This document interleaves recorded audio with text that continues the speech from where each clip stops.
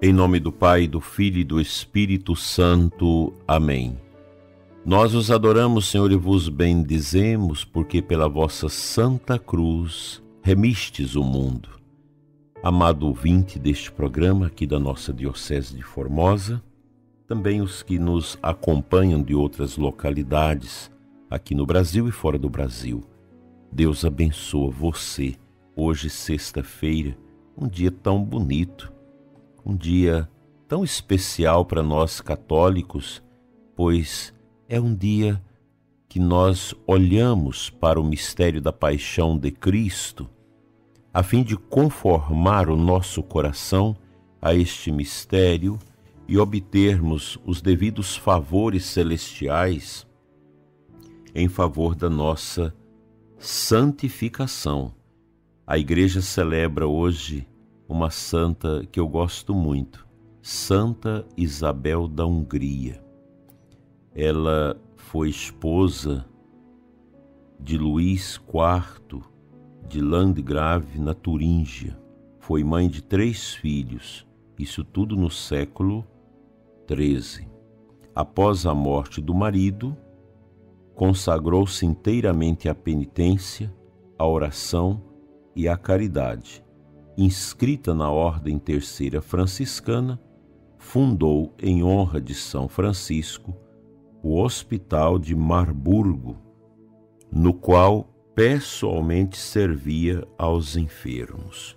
Eu quero compartilhar com você as qualidades espirituais desta grande mulher, rainha e servidora de Deus. Primeiro, a penitência. Todos nós precisamos mortificar nosso corpo. O mundo de hoje é um mundo que presta culto ao corpo. Nós, cristãos, não devemos embarcar nessa. Não significa que a gente não cuida do nosso corpo, que a gente não tenha a modéstia, que não tenhamos o cuidado, o zelo pelo nosso corpo, pois esse corpo é sagrado pelo batismo e vai, no último dia, ressuscitar e tornar-se glorioso, unindo-se à nossa alma na eternidade. Mas precisamos ter cuidado.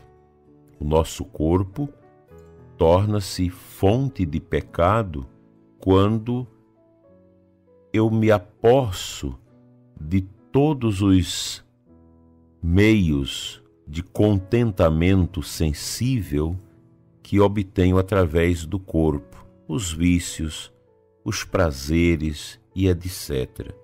Combatamos isso com a penitência, fazendo um jejum, fazendo um sacrifício. As pessoas idosas podem fazer vigílias, podem fazer penitências de alguma coisa que lhe agrada muito em favor desse autodomínio da nossa matéria. Essa experiência é fantástica, a experiência da penitência, desse sacrifício corporal em favor do crescimento de nossa alma. Depois, uma característica segunda que marca a vida de Santa Isabel é a vida orante, a vida de oração. Ela se torna uma franciscana da Ordem Terceira e encontra em São Francisco, na toda essa pleiade seráfica, a grande motivação para a oração. Oração que é tudo na nossa vida. Santo Afonso Maria de Ligório diz que quem ora se salva, quem não ora se perde. E Santa Isabel se tornou uma mulher orante, uma mulher de profunda oração, de adoração ao Santíssimo, de grande devoção e de grande amor ao mistério do Deus Uno e do Deus Trino. Também nós devemos compendiar na nossa vida esse desejo grande de oração. E nós devemos aprender com os santos que nos ensinam esses caminhos. Lembremos, por exemplo, São José Maria Escrivá, fundador do Opus Dei. Ele ensinou para a Igreja o valor da santificação pelo trabalho. O trabalho também pode ser, na minha vida, algo que incite em mim a dimensão orante, a dimensão espiritual de comunhão profunda com Deus, mesmo através dos labores, das obras que nós realizamos. O trabalho como motivação no caminho orante, como isso ajuda e se torna eficaz na vida nossa católica. A vida orante. Você fazer também das suas atividades um movimento orante de agradecimento a Deus, de louvor a Deus, de engrandecimento do seu santo nome. Fica essa dica para nós, para a gente ir aprendendo com os santos. E Santa Isabel também, ela é mestra na caridade, ela teve um grande desprendimento em favor dos pobres, dos sofredores, fundando um hospital para cuidar dos que sofrem. E ela mesma assistia a esse hospital pessoalmente para motivar uma caridade profunda, resistente, uma caridade que forma esses elos de união das pessoas umas com as outras na fé e ao mesmo tempo a Deus. A caridade não pode ser aniquilada da nossa vida. Todos nós católicos cristãos necessitamos dessa prática da virtude da excelência. A caridade é a virtude capilar, a virtude cabeça da vida da igreja, da vida nossa cristã. O amor. Somente o amor vingará, diz o apóstolo Paulo, na primeira carta aos Coríntios, no capítulo 13, quando o apóstolo faz um hino à caridade e nos dá esta consciência que este carisma, esta ação teologal, virtude por excelência, é a escada que nos leva à nossa salvação eterna. Ajudar os que sofrem, fazer uma visita ao doente, ir ao abrigo dos idosos, ajudar lá no abrigo dos idosos, ajudar a pastoral da pessoa idosa, a pastoral da criança, esses serviços sociais, a Sociedade São Vicente. Nós temos muitos trabalhos sociais na igreja para amenizar o sofrimento das pessoas que passam fome, que passam frio, que não têm o remédio para tratar da sua saúde e por aí adiante. Precisamos ter esta atenção para com a caridade, uma visita a um doente, a intercessão pelos que sofrem. Enfim, diante de nós, desacortina muitas possibilidades de fazermos a caridade. Outro dia mesmo, conversando com uma psicóloga após a missa, ela me partilhava desse trabalho intenso pela caridade que ela sente no coração o desejo de fazer e realiza, ajudando as pessoas, arrumando um médico para um pobre que não tem condição de fazer um tratamento. Nós estamos nesses tempos de dificuldades, de muitos problemas, e a caridade precisa ser um imperativo nas nossas vidas. Não basta apenas rezar, é preciso também ajudar o pobre, é preciso dar atenção àquelas pessoas pequenas que são alijadas do processo de inclusão e que precisam da nossa pessoa, da nossa presença, da nossa ajuda. Imitemos Santa Isabel da Hungria, na oração, na penitência e na caridade. Amém.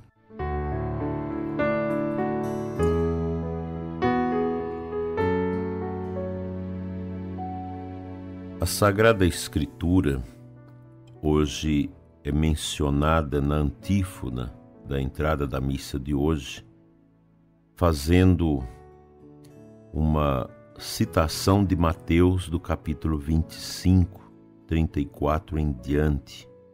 Vinde benditos de meu Pai, diz o Senhor, eu estava doente e me visitastes. Em verdade vos digo, tudo o que fizestes ao menor dos meus irmãos, foi a mim que o fizestes. É uma passagem bonita que fala exatamente das obras de misericórdia corporais, que inclui a visita aos doentes, o sepultamento dos mortos, o acolhimento do estrangeiro sofredor, do vestir os nus, de dar água a quem tem sede, de dar alimento a quem passa fome, de visitar os enfermos, de ir também aos presídios, levar uma palavra aos que estão presos.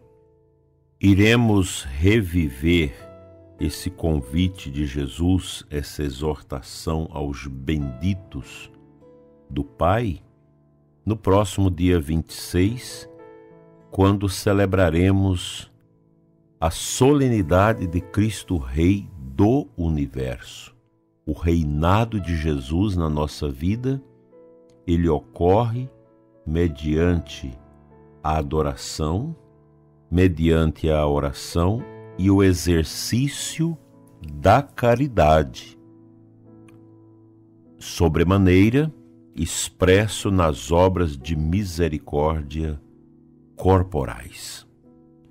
Sejamos atentos, dileto ouvinte, a esses exigentes compromissos que nosso Senhor quer de nossa parte em favor dos que sofrem. Nós não precisamos de ideologia, não precisamos dessas teologias vesgas para fomentar o exercício da caridade e do amor aos que sofrem. Nós temos Jesus, o seu Evangelho, a Sagrada Escritura. Isso basta. Que a nossa mão direita oferte aquilo que a nossa mão esquerda não veja.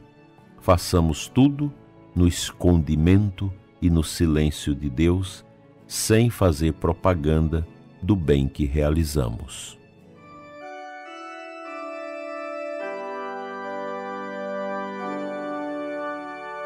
Amado Deus, Pai das misericórdias eternas, vinde em auxílio de cada um de nós, nas nossas fraquezas, doenças e debilidades.